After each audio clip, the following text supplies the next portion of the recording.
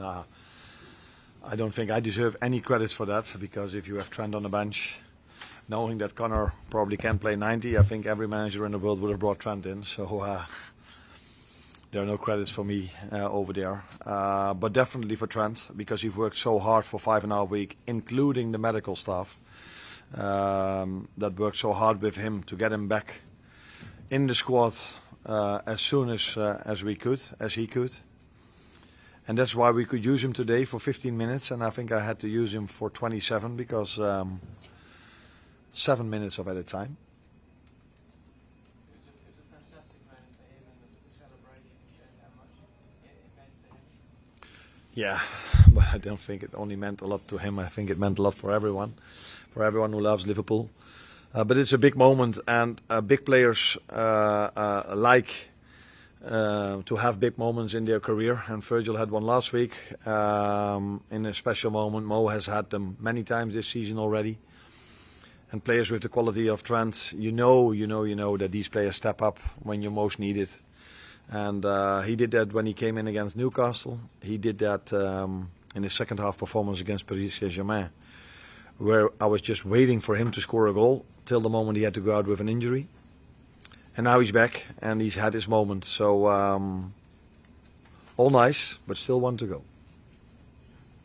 It pushes you one step further, I guess. You know, it's just waiting. The play, I mean, to score with your 25th shot just shows how much you dominated the game and how well you played. Yeah, I think we did.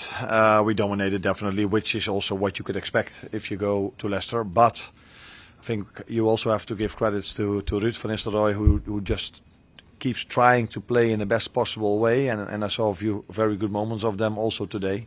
It's not a team that kicks every ball long.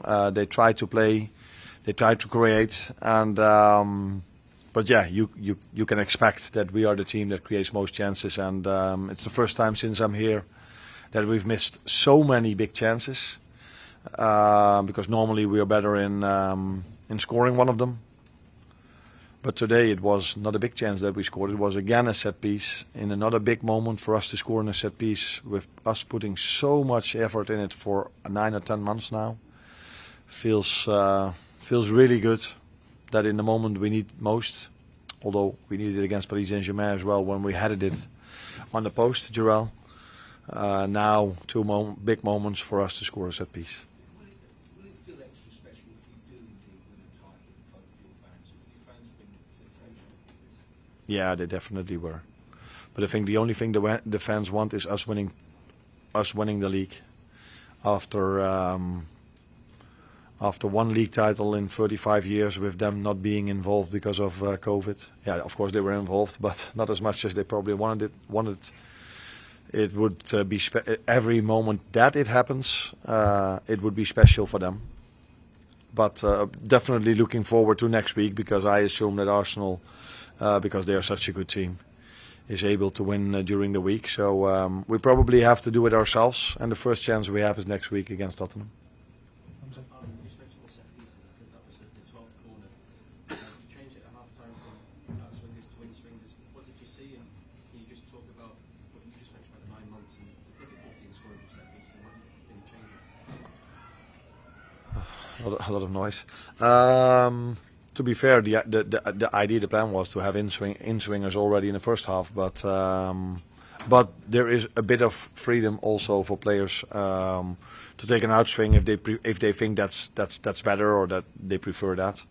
The work we've put in is that we've trained a lot. We have a lot of meetings about it. We try to every single time try to improve the details, and I think it's normal for a team that's, or not a team, but a coaching staff that's only for 9 or 10 months with that team, that it doesn't come from the first week. I always say, if I do my analyzing, if I'm analyzing an opponent, if they have their set pieces perfect, so all their throw-ins perfect, all these kind of things, I know the manager is already there for a long time, because normally you start with bringing the ball out from the back, how to defend, and all these kind of things, and the end of that process is set pieces. And I think Arsenal is a great example of that, where Mikel has worked so long, and they're so good in all different phases of the game, and now they've become world class in set pieces. With the tweaks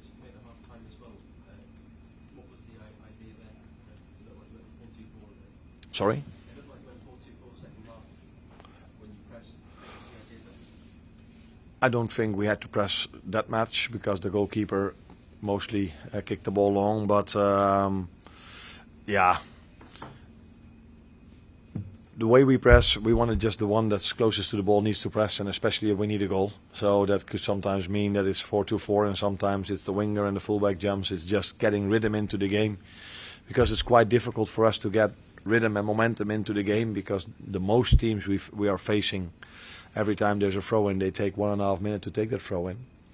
So yeah, the only thing we can do about it is keep the ball longer, and there is where I think we can and have to improve. But yeah, it's also a nice thing that there are still a lot of things to improve if we are 13 points clear at the moment.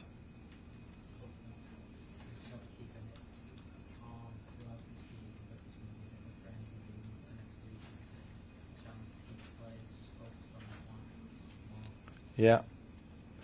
Yeah.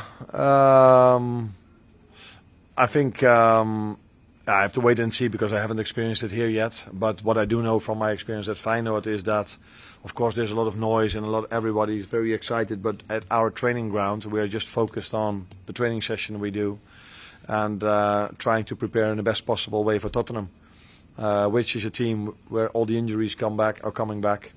Is a team that deserves our full attention. The boys also have 1 or 2 days off during this week because we've planned that already a long time ago, and hopefully they will enjoy some time with their loved ones and be fully focused when we are back together to work towards Tottenham. Arne, can I just ask you, I'm sure no one will question Trent's commitment after that goal tonight, but you have obviously had to sign on.